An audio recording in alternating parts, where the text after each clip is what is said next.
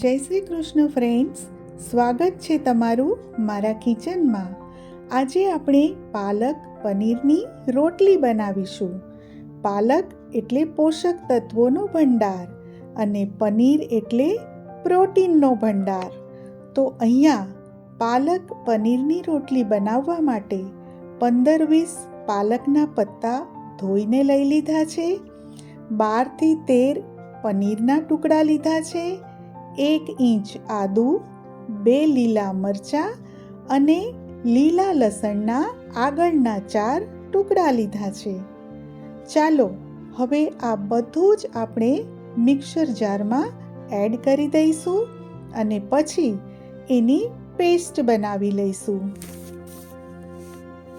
પાલક એટલે પોષક તત્વો અને એન્ટીઓક્સિડન્ટનો ભંડાર અને પનીર એટલે પ્રોટીનનો ખજાનો. તો આ બંને સાથે લઈ અને બીજા મસાલા કરી અને આજે આપણે એની રોટલી બનાવીશું.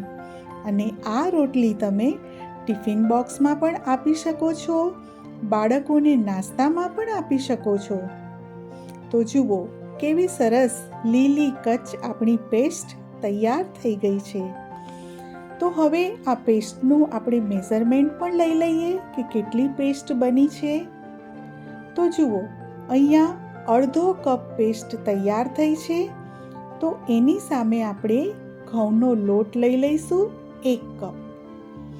1 કપ લોટ હોય તો લોટ બાંધવા માટે અડધો કપ પેસ્ટ જોઈએ. તો અહીંયા ઘઉંનો 1 કપ લોટ, સ્વાદ મુજબ મીઠું અને હવે લોટને સરખો મિક્સ કરી લઈએ. અને જે આપણે પેસ્ટ તૈયાર કરી છે ને એ નાખી અને હવે આપણે એનો લોટ બાંધીશું. તો અહીંયા મેં બધી જ પેસ્ટ નાખી દીધી છે અને હવે આપણે લોટ બાંધીશું. લોટ આપણે જેવો રોટલીનો બાંધીએ એવો જ બાંધવાનો છે. પણ આ લોટ એકદમ લીલો કચ તૈયાર થશે અને આ રોટલીનો કલર જોઈ અને બાળકો તો હોંશે હોંશે ખાવા તૈયાર થઈ જશે.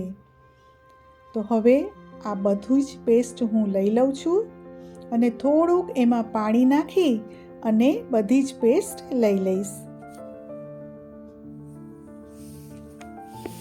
અને આ રોટલી છે એ તમે કોઈ પણ સબ્જી સાથે, અથાણા સાથે કે પછી ગ્રીન ચટણી સાથે કે સંભારા સાથે સર્વ કરી શકો છો. બાળકોને લંચ બોક્સમાં આપશો તો એમના ફ્રેન્ડ્સને બતાવીને ખાશે. તો જુઓ સરસ મજાનો આપણો લોટ બંધાઈ રહ્યો છે અને રોટલી જેવો ઢીલો લોટ જ આપણે તૈયાર કરીશું. તો આપણો લોટ રેડી છે. બસ આ લોટને જોતા જ એમ થાય છે કે ક્યારે આપણને આની રોટલી ખાવા મળે.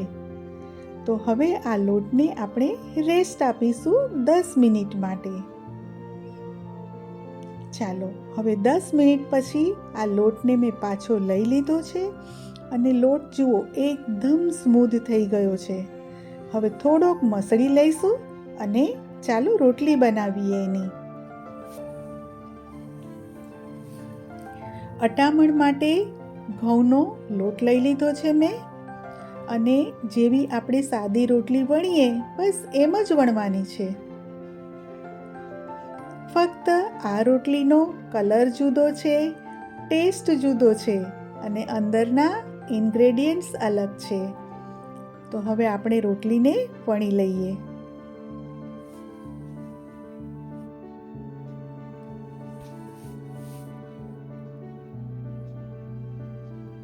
તો અંદર પનીર છે એટલે આપણી રોટલી પણ કેટલી સ્મૂધલી વણાઈ છે એકદમ.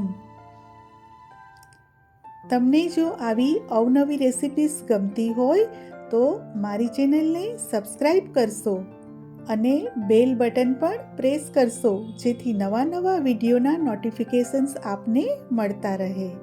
મેં ગેસ ઉપર તવી પણ ગરમ મૂકી જ દીધી છે. તો ચાલો હવે રોટલી પણ બનાવી લઈએ.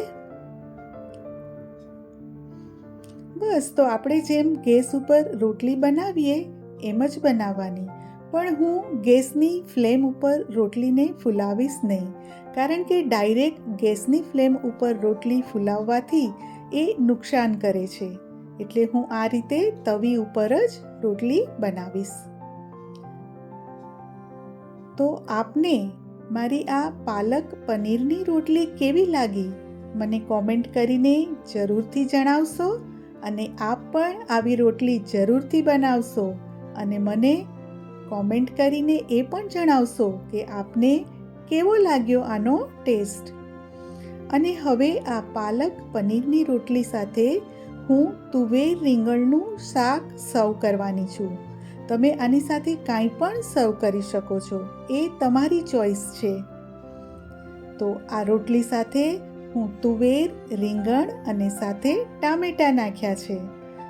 Thanks for watching friends, and don't forget to subscribe my channel and share and like my video. Take care. Bye.